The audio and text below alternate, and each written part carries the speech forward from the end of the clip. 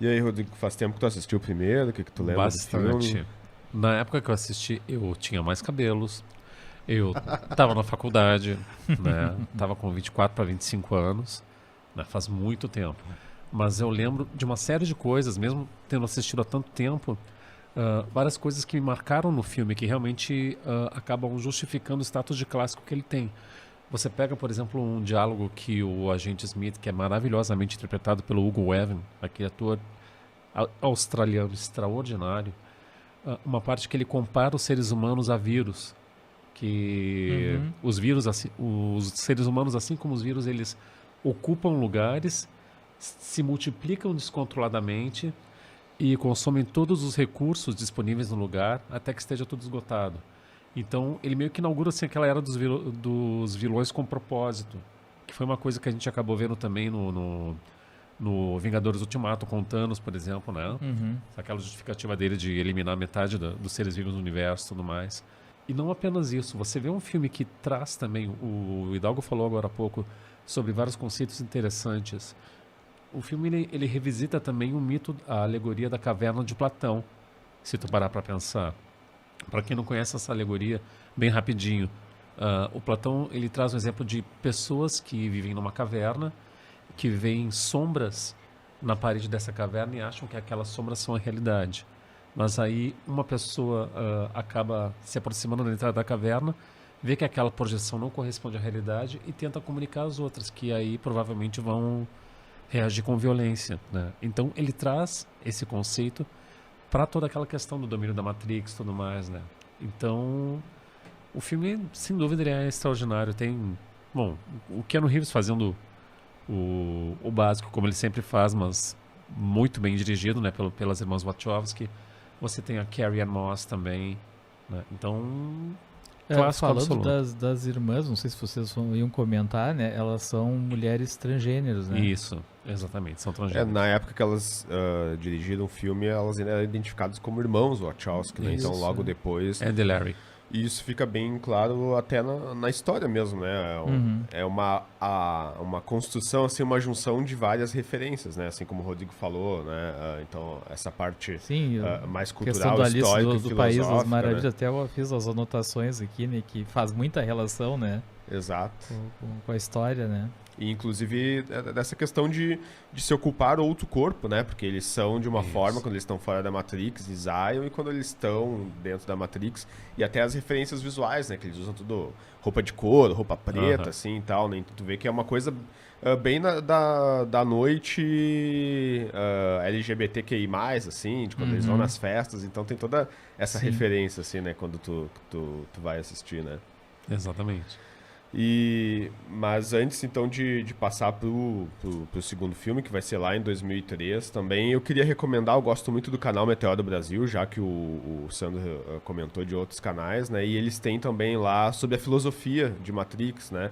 E eles falando sobre isso, e nesse vídeo eles questionam ali sobre essa questão de os seres humanos viverem, então, em uma realidade, ficar dentro de uma realidade virtual ali, né? Versus a realidade real, que ele também faz esse contraponto lá, o Zion, que seria a realidade mesmo. Depois a gente pode até discutir sobre isso, inclusive agora no segundo filme.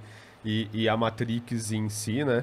E eles colocam lá, então, um questionamento se daqui a pouco, se a gente vive em uma realidade como a Matrix, ou se isso é possível em algum momento ao longo da história humana, né? Então eles falam de um pesquisador lá, que eu não vou lembrar o nome, mas procurem lá, então, o canal Meteoro Brasil, a filosofia em Matrix, e eles vão falar que existem 3 possibilidades quanto a essa realidade virtual, né? Então, resumidamente, eles vão colocar que ou a história humana, ou digamos que uma sociedade, ela vai se extinguir antes de chegar numa realidade como essa, né? Ou ela vai chegar numa realidade como essa e vai optar por não utilizar esse tipo de digamos assim, de simulação virtual, né? Ou a gente já vive em uma simulação como essa e não sabe, né? E dentro dessa pesquisa digamos assim, dessas possibilidades que esse pesquisador levanta, são as únicas 3 possibilidades, né? Então fica aí pra vocês pensarem em qual delas é que a gente tá, né? Se a gente não chegou lá ainda, se a gente optou por não ter essa realidade ou se a gente já vive nela, né? Tá, mas dentro dessa realidade que tu fala é as máquinas controlando os seres humanos, no caso. Não Com o tempo. necessariamente, pode ser uma coisa tipo o Jogador Número 1, não sei se já assistiu o Jogador Já. Número 1, onde, digamos, a sociedade como um todo, as pessoas optam por ficar numa realidade alternativa, que a realidade, a vida real é tão ruim que eu vou viver numa realidade alternativa, né? Ou que a gente vive dentro de um videogame, até lá no quarto filme vai se fazer muito esse questionamento, mas a gente chega lá depois e discute no quarto, então, né? Então em 2013 a gente vai ter a continuação, que é o Matrix Reloads. Foi feita as duas continuações junto, né? Tanto o Reloads quanto o Revolutions vão ser lançados em 2013, um no início do ano, outro mais pro final do ano, né?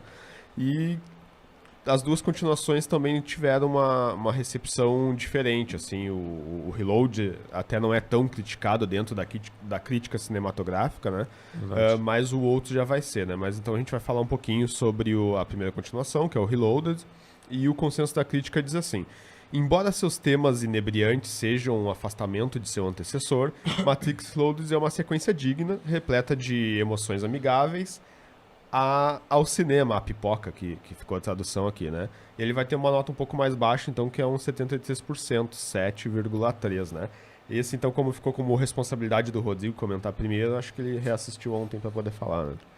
Isso. Bom, primeira coisa que a gente vê no filme, no Matrix Reloaded, é que as irmãs Wachowski, elas sentiram o peso da responsabilidade de dar sequência a um filme que... Ele ganhou, acho que uns 3 ou 4 Oscars no primeiro filme, né? Por aí. Isso, que foi um sucesso absoluto de crítica, de público. Tem uma série de referências, como a gente acabou de falar, essas referências filosóficas. Ele integra ficção científica, artes marciais, tudo isso, e faz aquela salada que no primeiro filme era muito bem equilibrada.